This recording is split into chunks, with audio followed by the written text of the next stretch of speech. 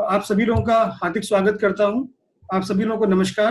नमस्कार। नमस्कार। जनसंचार के वर्तमान परिदृश्य को ध्यान में रखकर भारतीय भाषाओं के संयोजन एवं संवर्धन के साथ नारदी पत्रकारिता के मूल की जिज्ञासा से शुरू हुए नारद संचार के संस्थापक के रूप में मैं ब्रजेश भट्ट आप सभी का हार्दिक स्वागत करता हूं। आज मीडिया संवाद के विषय देश की आर्थिक स्थिरता पर कोरोना का क्या प्रभाव पड़ रहा है, इस संदर्भ में आत्मनिर्भरता का भारतीय अर्थनीति से क्या संबंध है, कोरोना के कारण भारतीय अर्थव्यवस्था पर क्या प्रभाव पड़ेगा, प्रधानमंत्री जी श्री नरेंद्र मोदी द्वारा जारी 20 लाख करोड़ का जो आर्थिक पैकेज है उसकी व्यवस्था कैसे हो पाएगी, इस आर्थिक पैकेज में गरीब मध्यम वर्ग के लिए क्या कुछ है, इस बंदी से लघु कुटीर एवं मध्यम उद्योग किस प्रकार प्रभावित होंगे।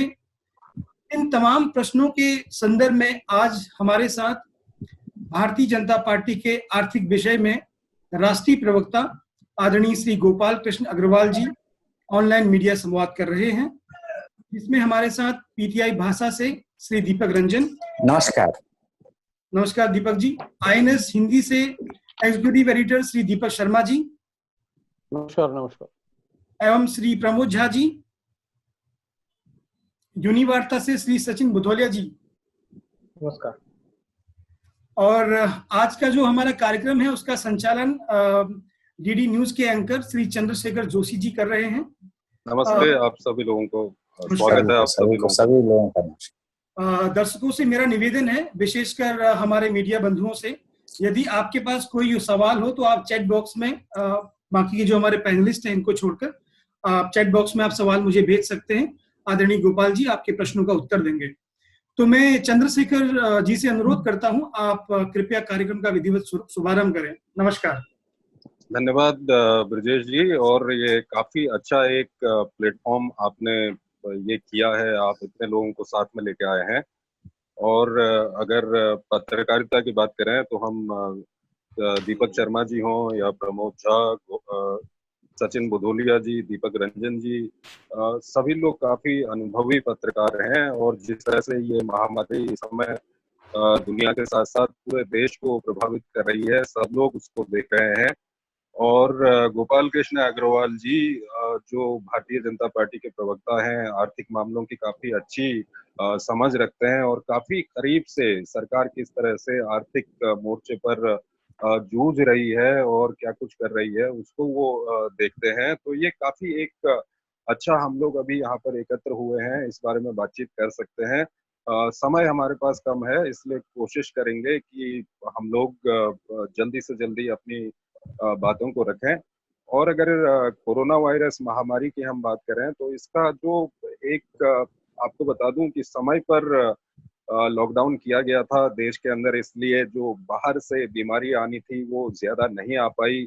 लेकिन बहुत कुछ करने के बाद भी आप देखिए देश के अंदर कितनी संख्या बढ़ गई है, किस तरह से बीमारी का प्रसार हुआ है। और उसके साथ साथ इसका जो आर्थिक सामाजिक प्रभाव है वो काफी खतरनाक है, आने वाले समय में भयावह है। आर्थिक प्रभाव तो बहुत ही ज्यादा भयावह है हर वर्ग पर, चाहे वो मजदूर वर्ग हो, मध्यम वर्ग हो, इंडस्ट्रियलिस्ट हो, कितने ही बड़े पूंजीपति हो, सब पर इसका प्रभाव पड़ रहा है। और मैं यही बोलूंगा कि लॉकडाउन करना जितना जरूरी था, समय पर लॉकडाउन किया गया था, लॉकडाउन खोलना भी उतना ही जरूरी है। लॉकडाउन करना एक बहुत चुनौतीपूर्ण निर्णय था, लेकिन लॉकडाउन खोलना ये भी चुनौतीपूर्ण निर्णय है, क्योंकि लॉकडाउन खोलना भी इतना सरल नहीं है, क्योंकि वर्तमान जो हालात है उसमें। तो हम अपनी आगे बात बढ़ाते हैं। सबसे पहले भारतीय जनता पार्टी के राष्ट्रीय प्रवक्ता अग्रवाल जी से मैं गुजारिश करूंगा कि आप अपनी बात रखिए। आपको क्या कुछ लगता है, क्या कुछ इसके प्रभाव होंगे और किस परिप्रेक्ष्य में निर्णय लिए गए हैं। और अभी प्रधानमंत्री जी ने जो अभी कुछ ही दिनों पहले, 2-3 दिन पहले 20 लाख करोड़ के पैकेज की घोषणा की है, निर्मला सीतारमण वित्त मंत्री हर दिन प्रेस कॉन्फ्रेंस करके उसको लोगों तक पहुंचा रही हैं, क्या कुछ निर्णय सरकार की ओर से लिए गए हैं। आप अपनी बात रखिए अग्रवाल जी, उसके बाद हमारे जो बाकी वरिष्ठ मित्र हैं उनसे भी हम कहेंगे अपनी बात को रखें। धन्यवाद चंद्रशेखर जी। ब्रिजेश जी और यहाँ पर उपस्थित प्रमोद कुमार झा जी, दीपक शर्मा जी, सचिन जी, दीपक रंजन जी, और अंशुल जी जिन्होंने यह जो कार्यक्रम का मुझे बताया और संयोजन के लिए सहयोग किया, और सारे पार्टिसिपेंट, मुझे यह मौका मिला इसके लिए मैं बहुत आभारी हूँ नारद संवाद का। और ये मीडिया के साथ इंटरेक्शन हरदम ही बड़ा रोचक और बहुत ही लाभकारी भी होता है। और जैसा बताया कि हम लोगों की आजकल रोज मीटिंग हो रही है, और 2 बजे आज फिर कैबिनेट के सब मंत्री ये जो गृह मंत्री जी भी रहेंगे, तो एक मीटिंग भी है जिसके लिए मुझे 1:30 बजे निकलना पड़ेगा। तो फिर भी मुझे लगता है कि जो फीडबैक यहाँ से मिलेंगे या जो बात होगी उसमें काफ़ी हमें उसमें सहायता मिलेगी आगे के रोड मैप को डिसाइड करने के लिए। ज़्यादा विषय को लंबा नहीं करूँगा, मैं चाहूँगा कि प्रश्न उत्तर में ज़्यादा चीज़ें आए, और इंफॉर्मेशन फ्लो तो सरकार की तरफ से बहुत आप लोगों को होता है। आप लोग आजकल गूगल और सब मीडिया, प्रिंट मीडिया और जो सोशल मीडिया, डिजिटल मीडिया से सबसे काफ़ी तैयार रहते हैं। मैं 2-3 बातें आपके सामने रखूँगा। जब भी ये सोशल पैकेज या ये जो स्टिमुलस पैकेज है, इसको एक नरेशन आजकल चलाने की कुछ लोग कोशिश कर रहे हैं, जिसमें हम सब भी फंस जाते हैं कि ये जो स्टिमुलस पैकेज है, इसमें तो कुछ स्कीम्स हैं, रिफॉर्म्स भी हैं, कुछ मॉनेटरी पॉलिसी भी है, कुछ फिस्कल स्टिमुलस भी हैं, कुछ का लॉन्ग टर्म इफेक्ट होगा, कुछ अनाउंसमेंट्स हैं। तो यह स्टिमुलस जो पैकेज कैसे हुआ, तो अर्थशास्त्र की डेफिनेशन में मैं स्पष्ट करना चाहूँगा कि स्टिमुलस में 3 फैक्टर होते हैं। मॉनेटरी पॉलिसी स्टिमुलस, इनको की लिक्विडिटी इंफ्यूजन मेजर्स जो आरबीआई वगैरह के, रिजर्व बैंक के होते हैं, वह पूरी तरह से इंक्लूडेड होते हैं।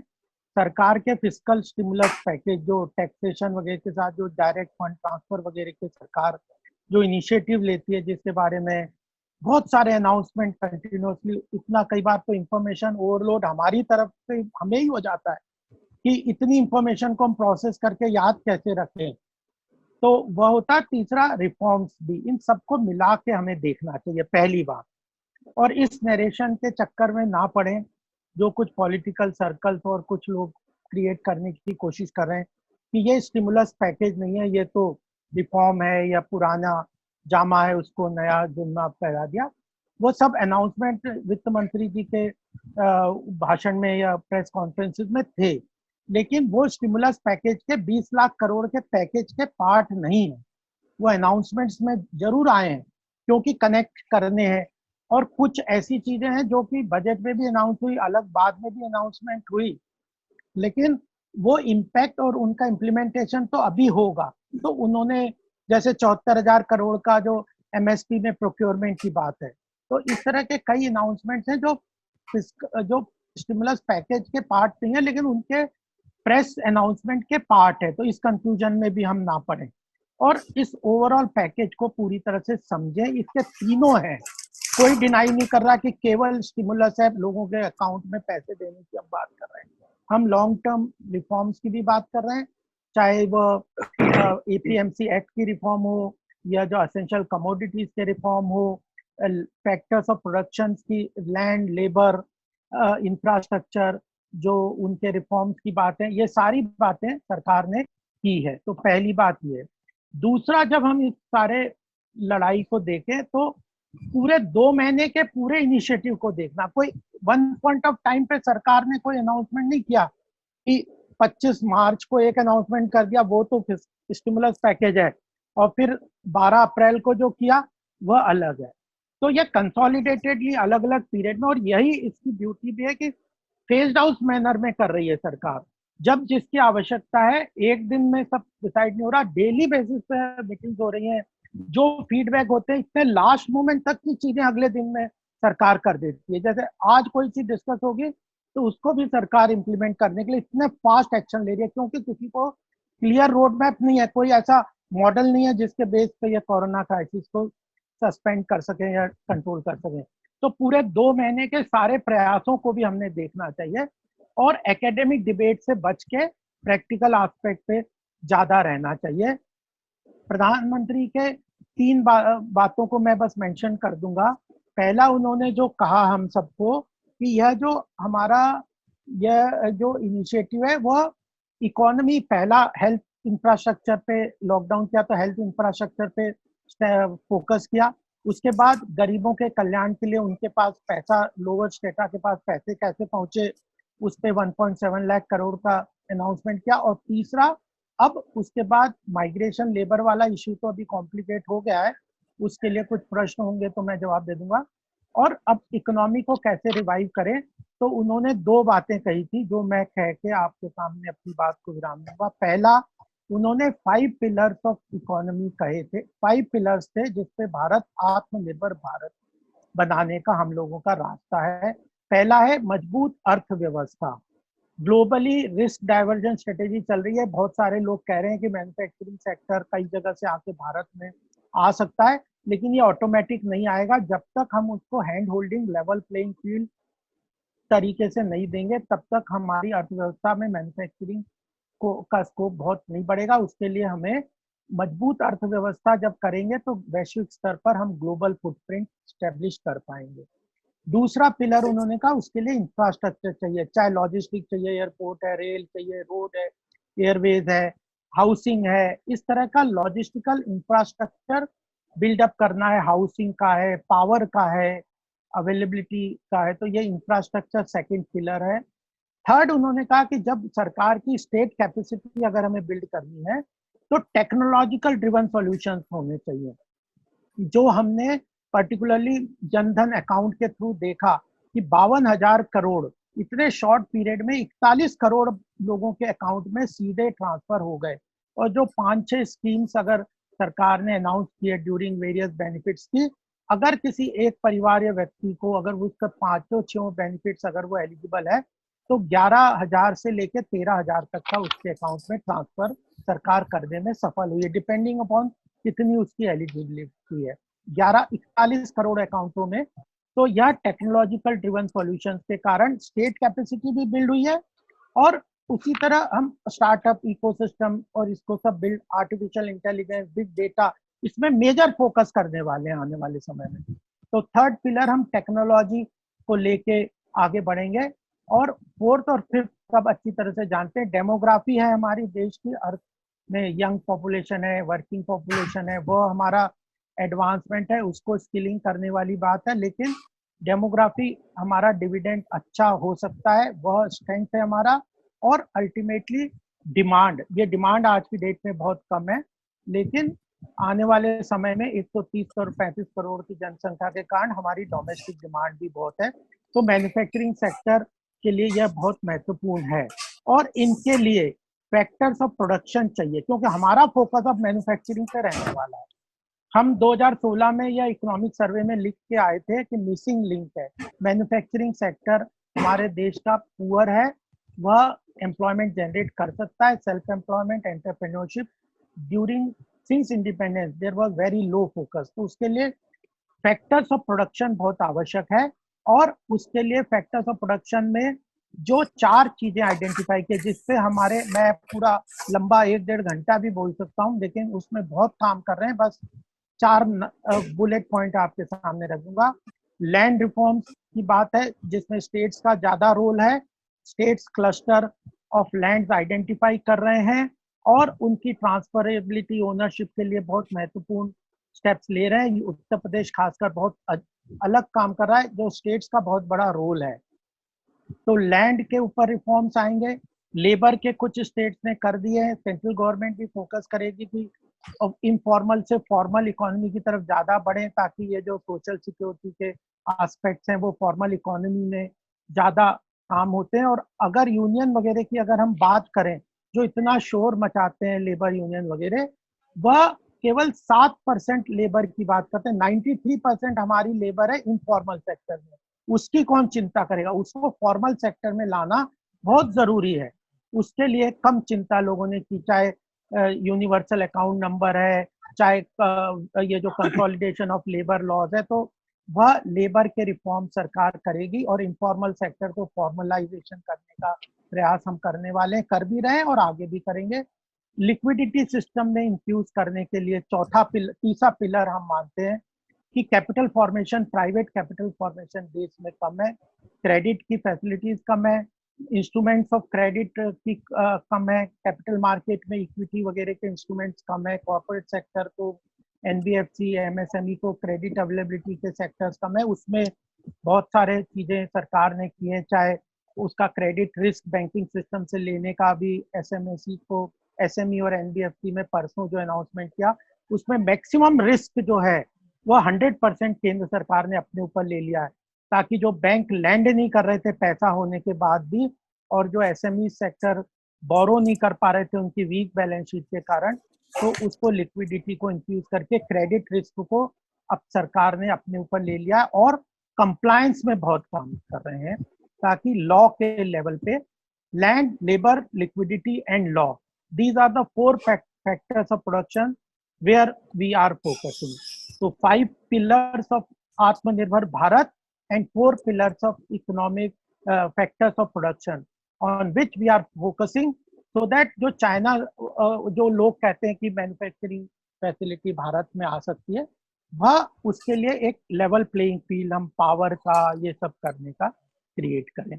और इसी एनालिसिस से हमें यह जो अनाउंसमेंट देखेंगे तो मुझे लगता है कि बहुत चीजें हो सकती है, और क्योंकि जर्नलिस्ट जनरली क्रिटिकल एनालिसिस करना भी उनका काम होता है, करना भी चाहिए, लेकिन क्या और कर सकते हैं, यह तो बात अनलिमिटेड है। कोई कहेगा कि 20 लाख करोड़ ही क्यों, 30 लाख करोड़ क्यों नहीं, 25 लाख करोड़ क्यों नहीं।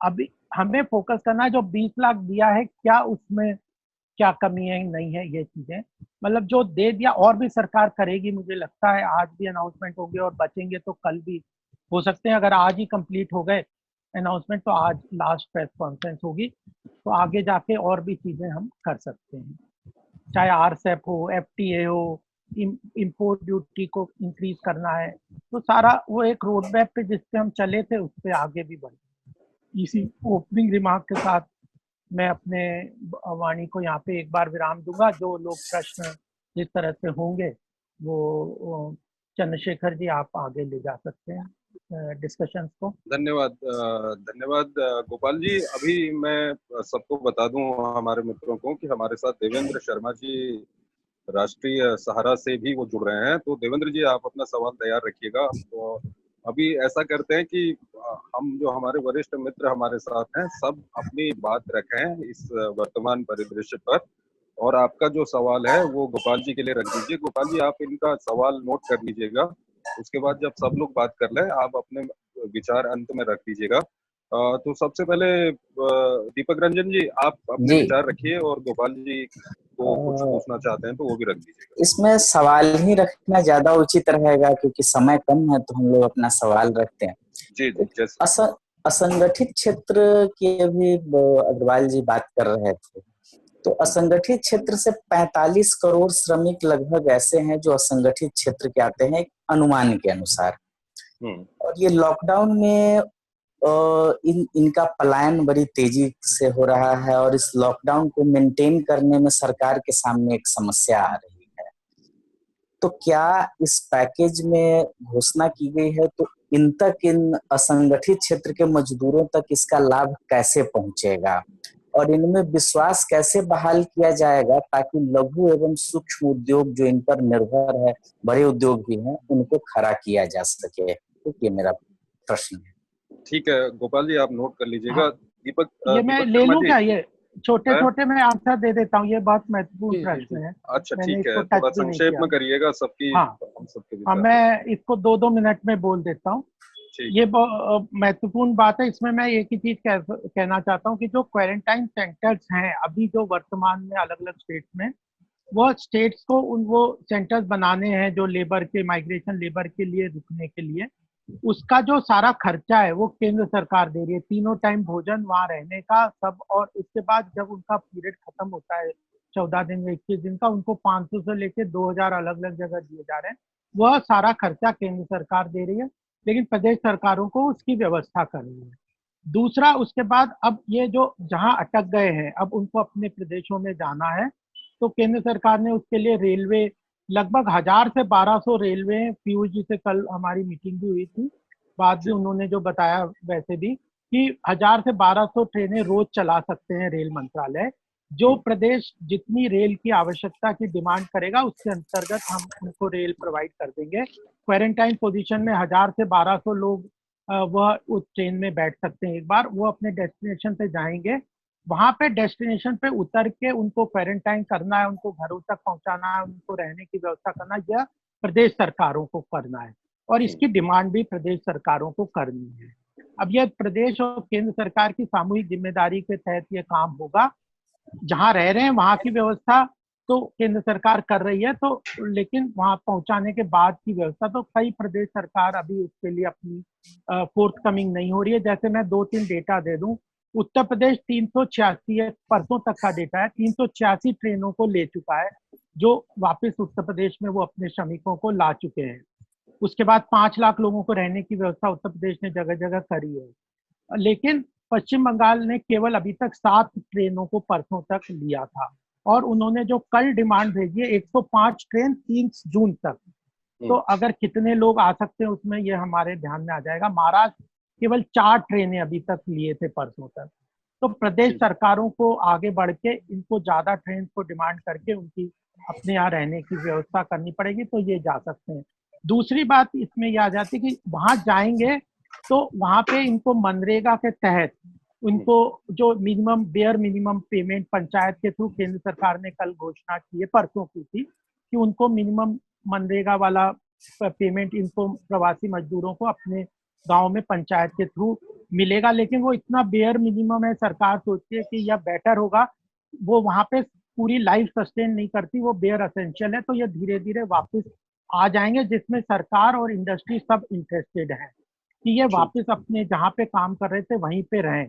तो वहां पे बहुत ज्यादा फैसिलिटी ऐसी नहीं है, एक बार वो अभी एकदम मन उचट गया तो एक बार जाना चाहेंगे, लेकिन जो पूरी व्यवस्था है वो इतनी स्लो है कि बहुत लोग वहां पे नहीं पहुंचेंगे, जिसके कारण पैदल भी चलने लग गए, वो अलग नई समस्या, उसका समाधान कुछ देखेंगे।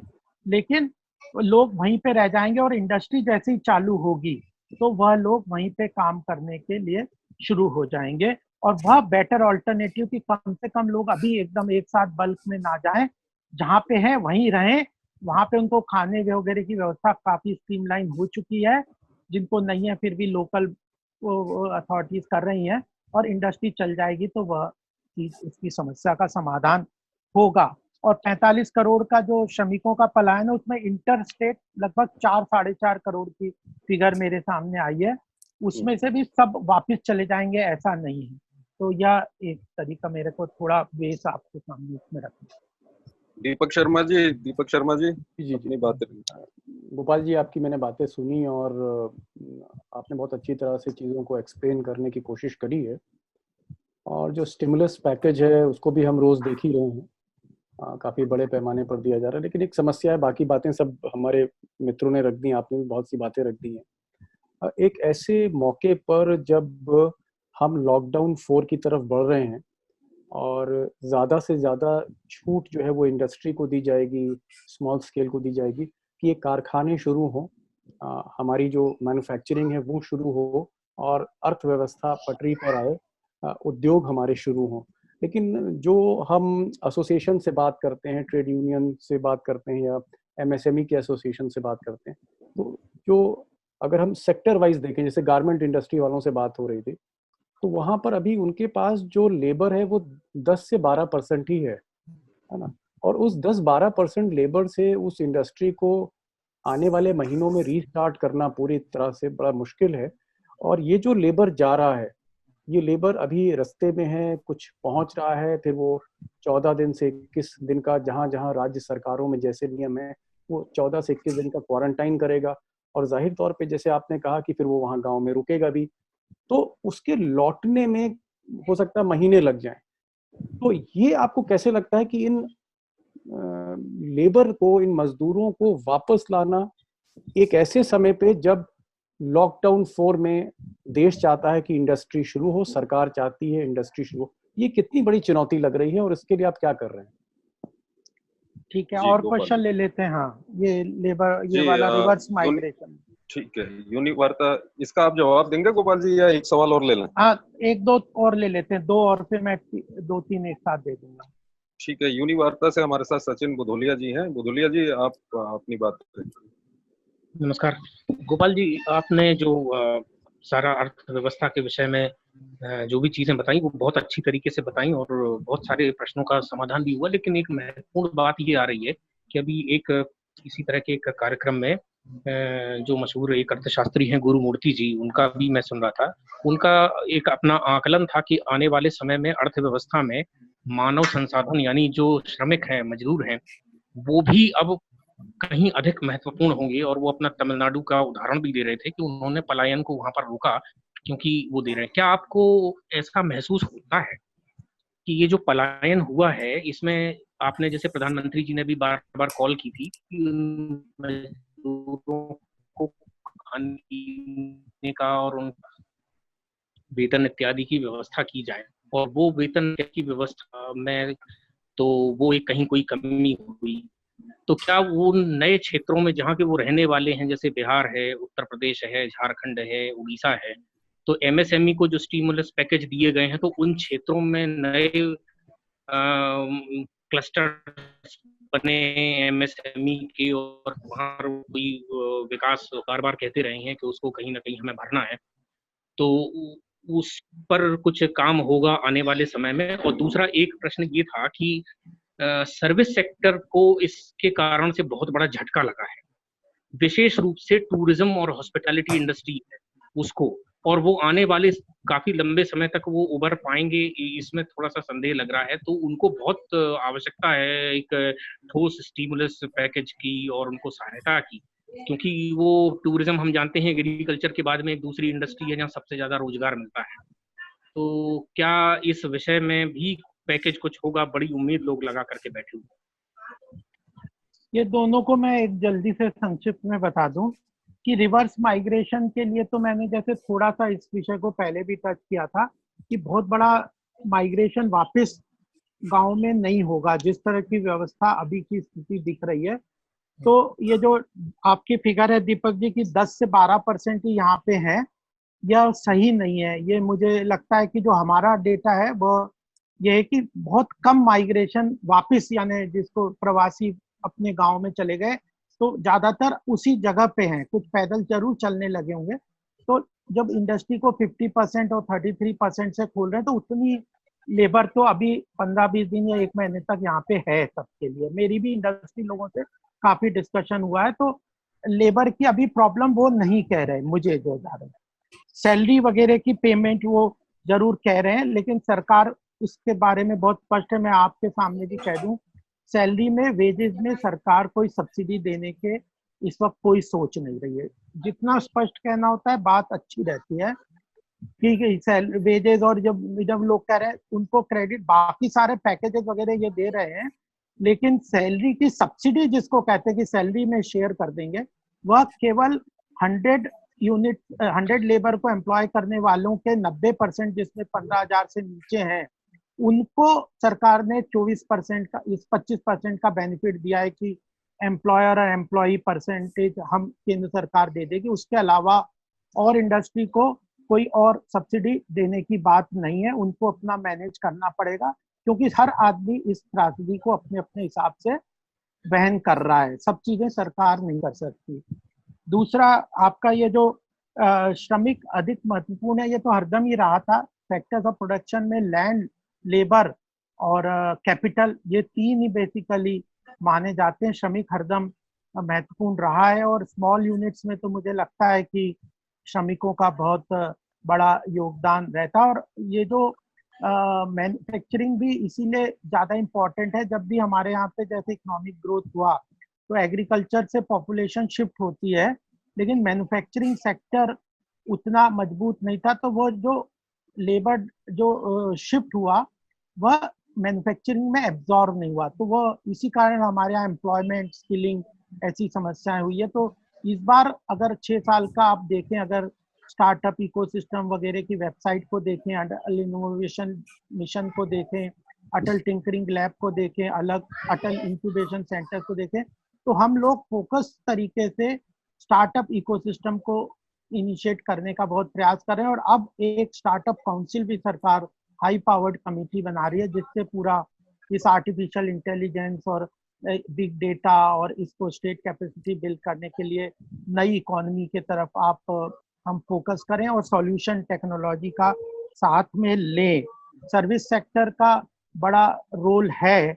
और एक बात आपके जो सचिन जी, मैं आपको एक और बात स्पष्ट रूप से यहाँ कहना चाहता हूँ कि कुछ सेक्टर जैसे जेट एयरवेज के टाइम पे, ये अरुण जी थे उस वक्त वित्त मंत्री जी, उस समय बात बहुत आई, हमारी डिस्कशन हुई थी कि जेट एयरवेज को बेल आउट करना चाहिए या नहीं। 20,000 लोग एम्प्लॉयड हैं। तो आखिर हम लोगों को सबको समझना है कि ये टैक्स पेयर मनी है सरकार के पास, अपना पैसा नहीं है कहीं का, आम जनता का टैक्स से कलेक्टेड मनी है। वह एक इंडस्ट्री के अंदर जो कि अल्टीमेटली फेल ही होने वाली है। हमने एयर इंडिया का एग्जाम्पल देखा। आज से अगर 10-15 साल पहले इसको बंद करके या प्राइवेटाइज कर दिया होता, आज 62,000 करोड़ का जो पैसा फंसा हुआ है, 4,000-5,000 करोड़ का हर साल इंटरेस्ट लग रहा है, वह सरकार का टैक्स पेयर्स का मनी नहीं जाता। तो जो कई इंडस्ट्री हमसे पैकेज मांग रही है, टूरिज्म, होटल वगैरह, आज की डेट में उस पैकेज से क्या टूरिज्म चल जाएगा, होटल चल जाएगा? तो अभी ना समय आया है उस इंडस्ट्री को हेल्प करने के लिए। और जो इंडस्ट्री चल नहीं सकती, इकोनॉमिक उसका जैसे मनी का मल्टीप्लायर इफेक्ट माना जाता है, जहां पे हमें multiplier effect, marginal value of money ज्यादा लगेगा, सरकार अभी रिसोर्सेज वहां पे लगाएगी। तो अगर गरीब को हम 100 रुपया देते हैं और वो 95 रुपया उसमें खर्च करके इकोनॉमी में डिमांड जनरेट करता है, तो हम कोशिश करेंगे कि उसमें जाए। एसएमई सेक्टर में जो सेक्टर अभी चल सकते हैं फास्ट, ऐसे सेक्टोरल अप्रोच हम कर पाते। तो अभी टूरिज्म और होटल के लिए कोई सोच नहीं। जी गोपाल जी, अब हम चाहते हैं कि ये प्रमोद झा जी हमारे साथ जुड़ रहे हैं। प्रमोद जी, आप भी अपनी बात रखिए।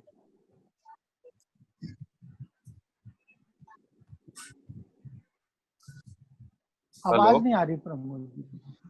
प्रमोद जी, आवाज आ रही है मेरी आप तक? प्रमोद जी की आवाज हमें नहीं आ रही। वो अच्छा, ब्रजेश जी जरा देख लीजिएगा प्रमोद जी की आवाज क्यों नहीं आ रही है। उसके बाद राष्ट्रीय सहारा से हमारे साथ जुड़ रहे हैं, उनसे भी हम। जी, आवाज आ रही है प्रमोद जी? माइक के पास ले लीजिए प्रमोद जी आप, या वीडियो ऑफ कर दीजिए आप।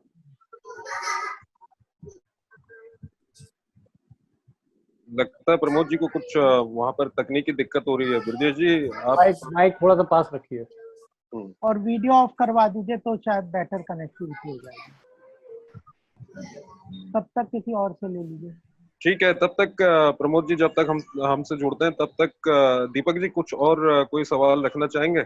देखिए, एक चीज में और जो मेरे जहन में थी बात, और ये बातें मतलब समाचार पत्रों में हो रही है और सोशल मीडिया पे हो रही है कि ये सही बात है कि जो स्टिमुलस आपने दिया है एमएसएमई को, कहीं आपने 3 लाख करोड़ दिए हैं, एनिमल हस्बेंड्री को आप रिवाइव कर रहे हैं, डेयरी इंडस्ट्री को रिवाइव कर रहे हैं, फिशरी को रिवाइव कर रहे हैं आप, तो इस सेक्टर में बहुत काम हुआ है। लेकिन एक सवाल गोपाल जी जो सामने आ रहा है वो ये है कि ये जो इमीडिएट रिलीफ की बात हो रही है, जैसे ये जो इस वक्त मजदूर पलायन कर रहा है और हम देख रहे हैं कि दुर्घटनाएं हो रही हैं, आज भी तड़के और रैया में 24 लोग दुखद मृत्यु हुई, सागर में 5 लोगों की हो गई, बांदा में हो गई। एक इमीडिएट रिलीफ की बात हो रही थी कि साहब किसी तरह से इनको कुछ पैसा इनके हाथ में दिया जा सके।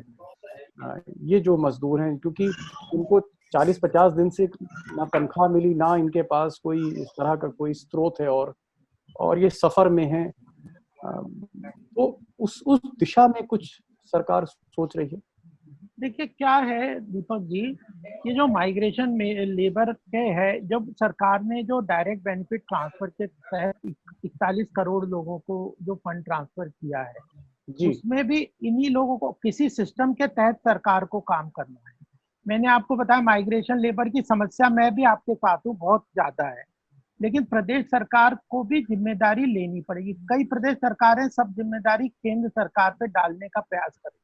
जब इनको जहाँ पे रखना है वहां की सारा खर्चा 20 दिन, 25 दिन, 21 दिन, 14 दिन सब केंद्र सरकार उठा रही है, और वो उनको सेंटर्स को बनाने के लिए पूरा उसके लिए खर्चा केंद्र सरकार दे रही है। तो प्रदेश सरकारों को, क्योंकि लास्ट माइल कनेक्टिविटी उनकी है, वह उन्हें इंतजाम करना पड़ेगा। दूसरा, फिर डायरेक्ट बेनिफिट ट्रांसफर के तहत केंद्र सरकार कर रही है। वन रेशन वन नेशन वाला कॉन्सेप्ट भी, यूनिवर्सलाइजेशन ऑफ राशन कार्ड सरकार ने, केंद्र सरकार ने कर दिया है। दूसरा, उसमें जो राशन के ट्रैंच भी केंद्र सरकार दे रही है। प्रदेश सरकारों को ये तक घोषणा कर दी कि एफसीआई के गोदाम में जितना अनाज है, क्योंकि इस बार बम्पर क्रॉप प्रोडक्शन हुआ है और उसको, रबी की क्रॉप को केंद्र सरकार पिकअप करने का पूरा प्रयास कर रहा है, तो उसको स्टोरेज के लिए ऑलरेडी हमारे गोदाम काफी भरे हुए हैं। तो हमने सब प्रदेश सरकारों को, कल होम मिनिस्टर ने कहा, वित्त मंत्री जी ने भी सब मीटिंग में कहा कि हमने पूरे प्रदेश सरकारों को ये कह दिया, जितना अनाज चाहिए पब्लिक पीडीएस के लिए आप हमारे एफसीआई के गोदाम से ले लो, खाली कर दो, हम नया भर लेंगे। अब प्रदेश सरकारों को, जबकि हमारे जो फेडरल स्ट्रक्चर में ना, जो लास्ट माइल कनेक्टिविटी प्रदेश सरकारों के तहत, एग्रीकल्चर रिफॉर्म मेजर प्रदेश के पास है, लैंड प्रदेश के पास है, सोशल बेनिफिट के स्कीम्स की लास्ट माइल कनेक्टिविटी केंद्र सरकार की जो स्कीम्स आती है उसमें केंद्र सरकार फंड देती है, प्रदेश सरकारों को उनको इंप्लीमेंट करके यूटिलाइजेशन सर्टिफिकेट देके पैसा लेना है। तो ये प्रदेश सरकारों में आप चाहे उसे पॉलिटिकल माने या कुछ माने, उत्तर प्रदेश सरकार और बाकी सरकारों की परफॉर्मेंस में वेस्ट बंगाल को बिल्कुल, राजनीति को अलग छोड़ दीजिए, वेस्ट बंगाल में जाके पूछ लीजिए, देख लीजिए किस तरह मिसमैनेज हो रहा है। और ऐसा है कि उत्तर प्रदेश परफेक्ट हो गया ये नहीं कह रहा मैं, लेकिन मैनेजमेंट में बेटर कर रहे हैं। मैं तो नोएडा का रहता ही हूँ, तो मुझे पता है कैसे एनजीओ को उन्होंने इन्वॉल्व किया। हम भी बहुत काम कर रहे हैं यहाँ पे, 2 लाख फूड पैकेट दे चुके हैं, 1 लाख फेस कवर्स देने का प्रयास कर रहे हैं, एनिमल हेल्थ केयर कर रहे हैं, लेकिन हमें पूरी सहयोग समर्थन लोकल एडमिनिस्ट्रेशन से मिल रही है, नहीं तो हम भी ये सब चीजें नहीं कर सकते। पासेस चाहिए, डिस्ट्रीब्यूशन के चैनल के लिए उनकी टीम हमारे साथ एसोसिएट करना है, हमें कुछ परमिशन चाहिए, मतलब रात के 1:30 बजे भी उन्होंने हमें परमिशन दिए। तो डिपेंड करता अधिकारियों के ऊपर भी। तो ये चीज मुझे लगती है कि यह बहुत महत्वपूर्ण है कि हमें प्रदेश सरकारों को भी अपनी जिम्मेदारी से, और समाज को भी, कुछ न कुछ लोगों को कई बार है कि केंद्र सरकार ने ये नहीं किया, ये नहीं किया, ये बात से थोड़ा सा नरेशन चाहिए। बिल्कुल गोपाल जी, ये आपकी इस बात से मैं भी एग्री करता हूँ कि प्रदेश सरकार ही इसमें काफी कुछ एग्जीक्यूटिव भूमिका में है, और प्रदेश सरकारों के ऊपर एक बड़ी चुनौती भी है। उन्होंने एक चुनौती भरा काम तो ले लिया कई प्रदेश सरकारों ने कि अपने लोगों को ट्रेनों के जरिए या दूसरे वाहनों के जरिए वो अपने घरों में लेके आएंगे। उनमें से अधिकतर लोग ऐसी जगहों पे हैं जो हमारे आर्थिक केंद्र हैं, दिल्ली है, मुंबई है, इस तरह की जगह है। तो वो जब घरों में आ रहे हैं तो उनको जांच करना भी एक बड़ी चुनौती है, क्योंकि कई प्रदेशों में अभी भी कोरोना की महामारी कई जिलों में नहीं है, और ये एक बड़ी चुनौती है। इसलिए प्रदेश सरकारों को यहाँ पर भी ध्यान देना चाहिए। मैं देवेंद्र जी राष्ट्रीय सहारा से हैं, उनका सवाल लूं, लेकिन उनके सवाल के साथ एक अपना सवाल भी मैं जोड़ रहा हूँ आपके लिए गोपाल जी, कि प्रदेश सरकारों की जो ये चुनौती है कि वहां पर भी आप कोरोना संक्रमण आप देखिए, जिस तरह के आंकड़े आ रहे हैं, कई जिलों में जो ग्रीन जोन थे वहां पर भी अब आंकड़े आने शुरू हो गए हैं। आर्थिक मोर्चे पे बहुत कुछ सरकार की ओर से जितना किया जा सकता था इस वक्त पे जीडीपी का 10% तक दिया गया है। ये जो समस्या आ रही है स्वास्थ्य के मोर्चे पे, और आगे आने वाले समय में कुछ ये कहेंगे कि सामाजिक आर्थिक परेशानियां भी आएंगी, उनसे कैसे निपटिएगा ये भी जोड़ दीजिएगा। साथ ही हम राष्ट्रीय सहारा से हैं देवेंद्र जी, उनका सवाल भी ले लेते हैं। देवेंद्र जी। देवेंद्र जी, मुझे लगता है जोशी जी कनेक्शन टूट गया है। ठीक है गोपाल जी, आप ये जो राज्य सरकारों के सामने बहुत बड़ी एक चुनौती ये है कि वो एग्जीक्यूटिव भूमिका में भी हैं, और जितने भी फैसले या नीतियां बनाई जा रही हैं काफी महत्वपूर्ण आर्थिक मोर्चे पे या दूसरे मोर्चे पे, उनको एग्जीक्यूट करने की जिम्मेदारी अधिकतर क्षेत्रों में उनकी है। तो ऐसे में और साथ ही साथ जो जांच करके लोगों को अपने वहां वापस लेना है, क्वारंटाइन करना है, इसमें थोड़ी सी भी चूक हो जाएगी तो उनके लिए काफी मुश्किल हो जाएगी। तो ये जो आप भी कह रहे हैं कि थोड़ा सा राज्यों और केंद्रों के बीच में जो संबंध हैं वो काफी अच्छे होने चाहिए, पश्चिम बंगाल का उदाहरण भी आप दे रहे हैं, तो इससे कैसे निपटिएगा जो ये चुनौती सामने आएगी?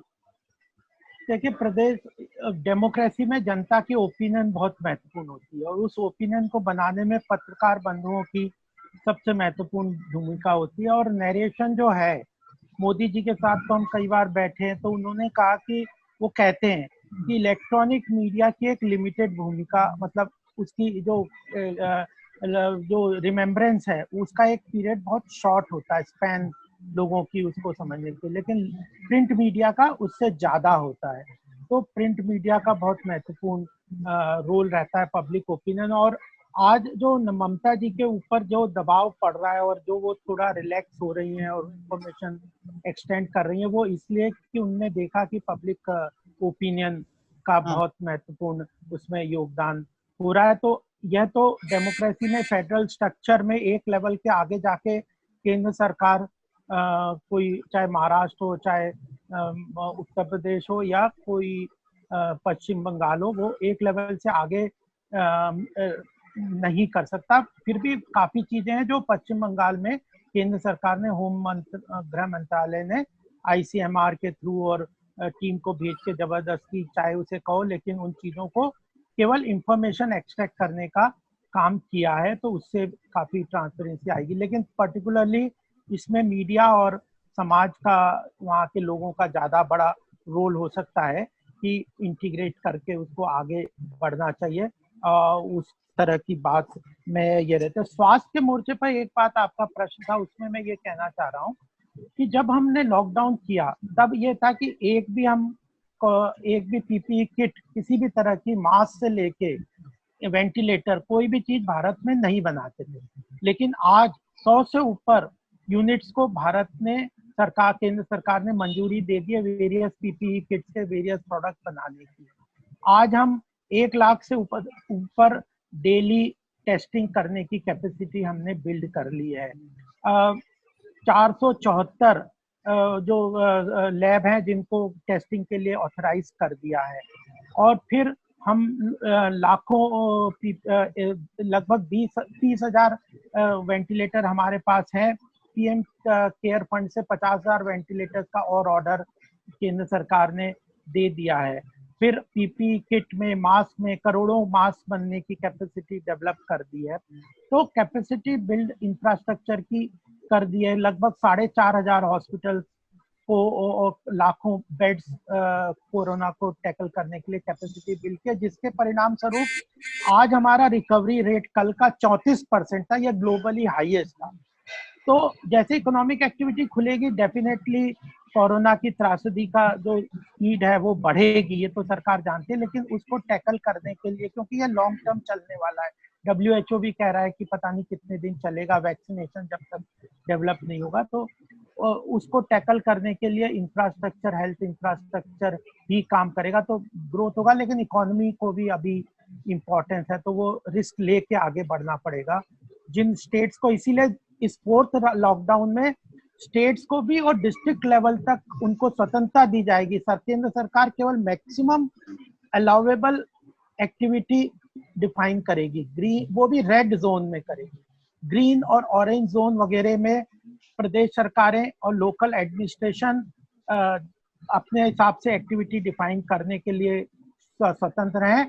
और किस जोन को क्या करना है, इसके लिए भी कौन सा रेड में आएगा, ग्रीन आएगा, ऑरेंज आएगा, यह भी प्रदेश सरकारों को छूट ऑलमोस्ट काफी दे दी गई है, वह भी देंगी। तो अगर किसी, उसमें भी डिस्ट्रिक्ट लेवल पे भी नहीं, उसके भी नीचे जाके कंटेनमेंट जोन आइडेंटिफाई करें, तो ये स्ट्रेटेजी के तहत काम करेंगे कि कौन सी एक्टिविटी खोलना, लोकल सरकार की, लोकल एडमिनिस्ट्रेशन की जिम्मेदारी है, किसको किस रीजन में आइडेंटिफाई करना, इसकी भी उनकी जिम्मेदारी है। हेल्थ इंफ्रास्ट्रक्चर को रोबस्ट कर दिया और उसके बाद भी रिकवरी रेट भी फास्ट कर लिया हमने, अच्छा इंप्रूव कर लिया, 34% बहुत अच्छा रिकवरी रेट है। फिर भी वो रिस्क अब है, तो वो उसके साथ हमने इकोनॉमिक एक्टिविटी खोलनी पड़ेगी।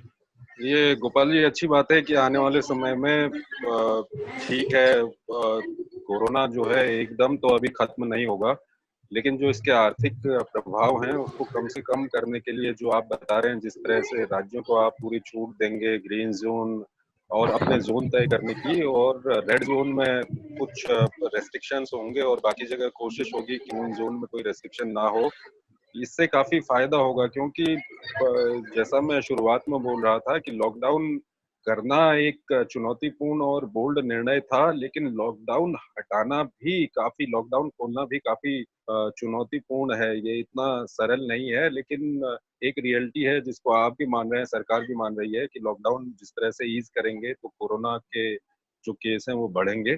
और आपको भी जल्दी है, जाना है बैठक में, काफी महत्वपूर्ण बैठक है, दो तो कोई दो छूट तो क्वेश्चन नहीं ले गए? लेंगे हम। जी, दो हमारे कोई, क्वेश्चन जल्दी जी से एक साथ पूछ ले, मैं जल्दी से उसको 5 मिनट में ठीक है। समाप्त हमारे कोई अगर मित्र एक छूट तो नहीं छोटा गए? सा देवेंद्र जी सुझाव, नहीं जुड़ हाँ, पाए थे सहारा से, हेलो और हेलो, प्रमोद जी। छोटा मैं सा जी एक छोटा सा सवाल, अगर मुझे जी सुन पा रहे हैं तो एक छोटा सा सवाल है मेरा। जी, प्रमोद जी, प्रमोद जी। जी, अगर सुन पा रहे हैं तो एक छोटा सा सवाल है हाँ, मेरा। जी जी, बताइए। बोलिए बोलिए बोलिए। कोरोना से तो मानव स्वास्थ्य पर खतरा है। इस खतरे से उम्मीद करते हैं कि जल्द ही जो राहत मिल जाए, जल्द ही इस उबर जाए। लेकिन इसके बाद जो सरकार के द्वारा जो आर्थिक सुधार के उपाय किए जा रहे हैं, उससे आगे हम किस तरह देखते हैं कि इसको हम अवसर के रूप में इसका हम उपयोग कर पाएंगे। अच्छा, इसलिए मेरी आवाज नहीं आई। अब ऐसा हेलो जी, हेलो, आपका लेकिन सवाल सुन लिया होगा गोपाल जी सुन ने। लिया, हमने सुन लिया। दीपक जी। ये प्रमोद जी सुन लिया मैंने। पहले और कोई क्लोज क्वेश्चन? कर रखा था। हेलो, राष्ट्रीय सहारा से देवेंद्र जी हैं। देवेंद्र जी जी, अपना सवाल पूछे प्लीज। देवेंद्र जी हाँ, अपना हाँ। सवाल रख दीजिए। हाँ गोपाल जी नमस्कार। नमस्ते। सर, ये पिछले दशकों से जब भी ये सुनते आ रहे हैं, एमएसई की एक ही समस्या रहती है कि हमको कर्ज नहीं मिल पा रहा है, और ये भी सच है कि अर्थव्यवस्था की ऋण है। तो क्या इस बार कोई ऐसा पैकेज, तो हमेशा दिए जाते रहे कि इनको पर्याप्त ऋण दिया जाएगा, बैंकों के पास फिलहाल नकदी की कोई दिक्कत नहीं है, तो इस बार ऐसा क्या खास किया गया है कि जो इनको पर्याप्त लोन मिल सके? ठीक है, ये 2 क्वेश्चन मैं आंसर कर देता हूँ। पहला यह देवेंद्र जी का आंसर कर देता हूँ।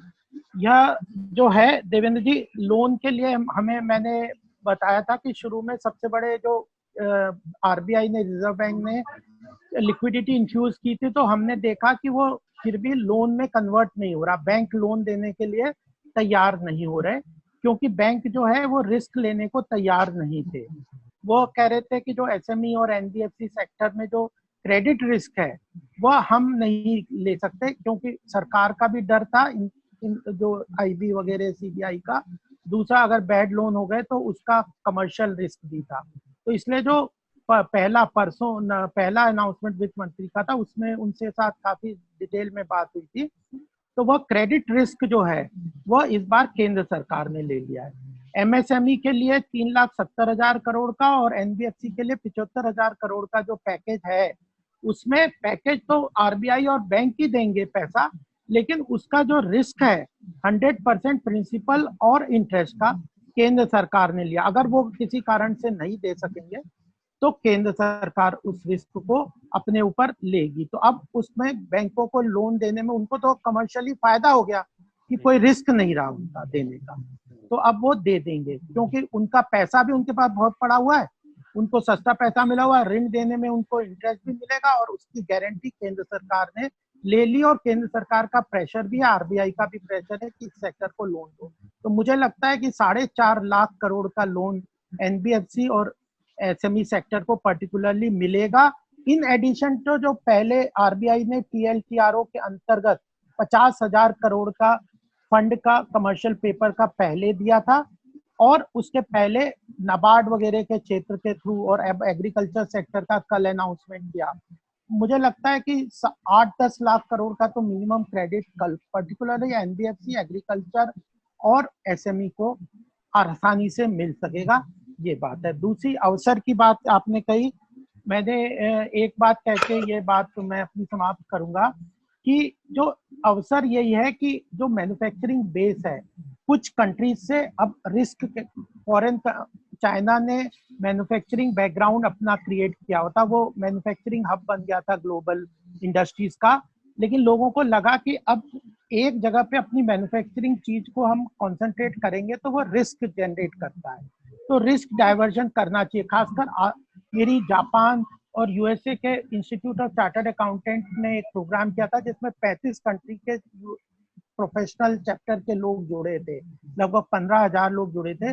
उनमें से 7 कंट्री के लोगों ने बताया जहां पे मैक्सिमम लोगों ने कहा कि उनके यहाँ ग्लोबल इंडस्ट्रीज भारत में अपनी मैन्युफैक्चरिंग अल्टरनेटिवली शिफ्ट करने के लिए इच्छुक है। केंद्र सरकार को उसके लिए कुछ करना पड़ेगा, ऑटोमेटिक शिफ्ट नहीं होगी। तो जो मैंने फैक्टर्स ऑफ प्रोडक्शन और स्ट्रेंथनिंग का बात किया है, उस पे पावर है, लॉजिस्टिक कॉस्ट है, लैंड की अवेलेबिलिटी है, लोअर इंटरेस्ट रेट की बात है, कंप्लायंस को ईज करने की बात है, कॉन्ट्रैक्ट एनफोर्समेंट के अंदर बड़ा इम्पोर्टेंट इनिशिएटिव लेने की बात है। इन सब चीजों में केंद्र सरकार बड़े फोकस तरीके से काम कर रही है, प्रदेश सरकारें भी कर रही है। तो यह अवसर, अपॉर्चुनिटी यही है कि मैन्युफैक्चरिंग में अगर हम रीजनल और ग्लोबल सप्लाई चेन से अपनी डोमेस्टिक इंडस्ट्री को इंटीग्रेट कर दें तो हम ग्लोबल मैन्युफैक्चरिंग बेनिफिट उठा सकते हैं। साथ में प्रधानमंत्री ने कहा, ये भी साथ में आत्मनिर्भर भारत की बात जहाँ की, तो लोकल फॉर वोकल की जो बात है उसमें उन्होंने कहा कि एक तीसरी सप्लाई चेन की वो बात की, वो डिस्ट्रिक्ट और लोकल आवश्यकता के अनुसार अपनी आपूर्ति की बात की कि हमें लोकल प्रोडक्ट को अपने क्षेत्र से लेना है। तो इसका मतलब आत्मनिर्भर भारत का मतलब जो कई लोग लगा रहे हैं कि प्रोटेक्शनिज्म पे जा रहे हैं, ऐसी कोई बात नहीं है। हम ग्लोबल रीजनल सप्लाई में अपनी इंडस्ट्री को इंटीग्रेट करेंगे ही, और आईटी और ई कॉमर्स और इन सब इंडस्ट्री में अपने इंटरेस्ट को वॉच करते हुए इसको खोलने वाले हैं, बिग डेटा वगैरह को, न्यू टेक्नोलॉजी को।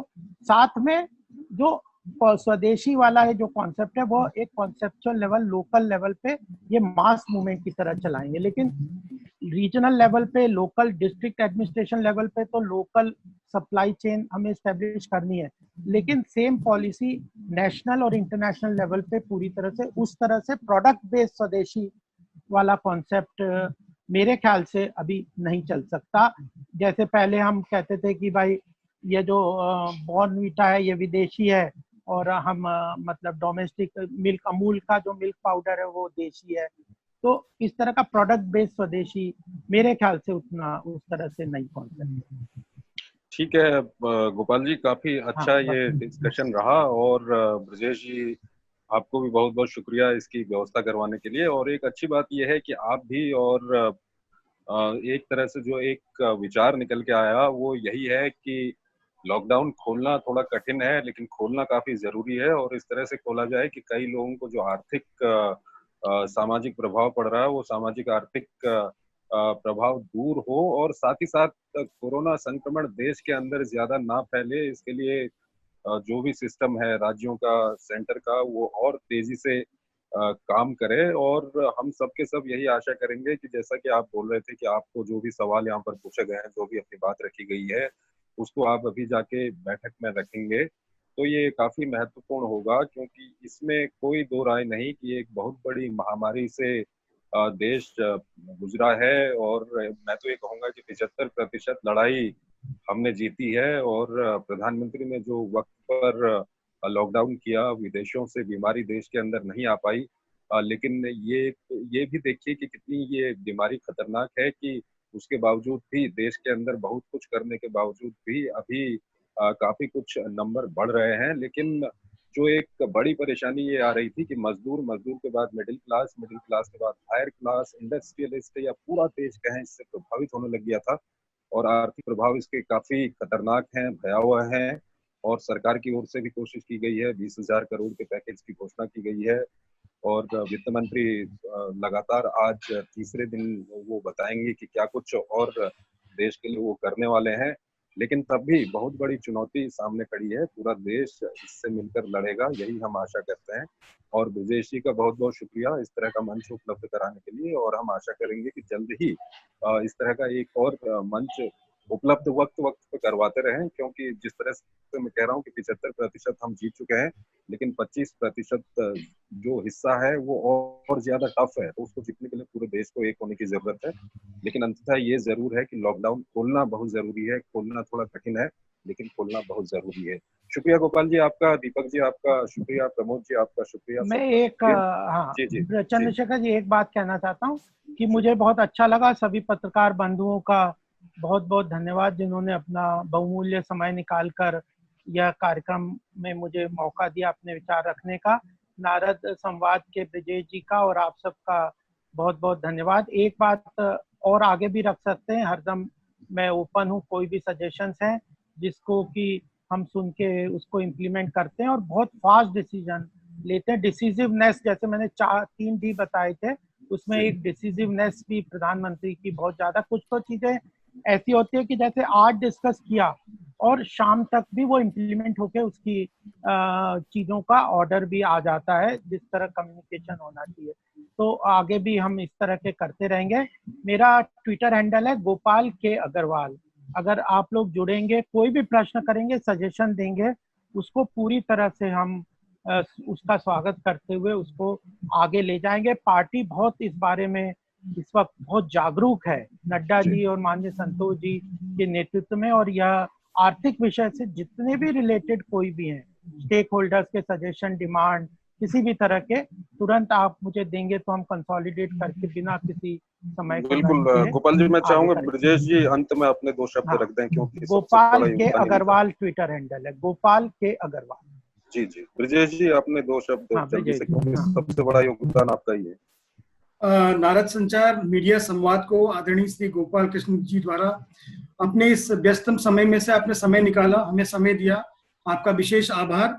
और भविष्य में आप हमारे मंच की शोभा बढ़ाएं, ऐसी हमारी कामना है। आपका हार्दिक धन्यवाद। और हमारे साथ जितने भी मीडिया बंधु हैं, आदरणीय दीपक जी, प्रमोद झा जी, दीपक शर्मा जी, सचिन बुधोलिया जी एवं देवेंद्र शर्मा जी, और विशेष रूप से चंद्रशेखर जोशी जी, मैं आपका हार्दिक आभार प्रकट करता हूं। आज आपने इस ऑनलाइन मीडिया संवाद का बहुत अच्छा संचालन किया। साथ ही मैं विशेष रूप से हमारे अंशुल अग्रवाल जी का हार्दिक आभार प्रकट करता हूं, जिन्होंने इस संवाद की परिकल्पना की और देश के वर्तमान स्थिति, जो हमारी आर्थिक स्थिति है और जो कोरोना की इस महामारी से सभी देशवासी, सभी वर्गों को राहत मिले, इसी आशा के साथ नारद संचार आप सभी को धन्यवाद करता है। नमस्कार। नमस्कार, धन्यवाद आप सभी को, धन्यवाद। Okay, thank you.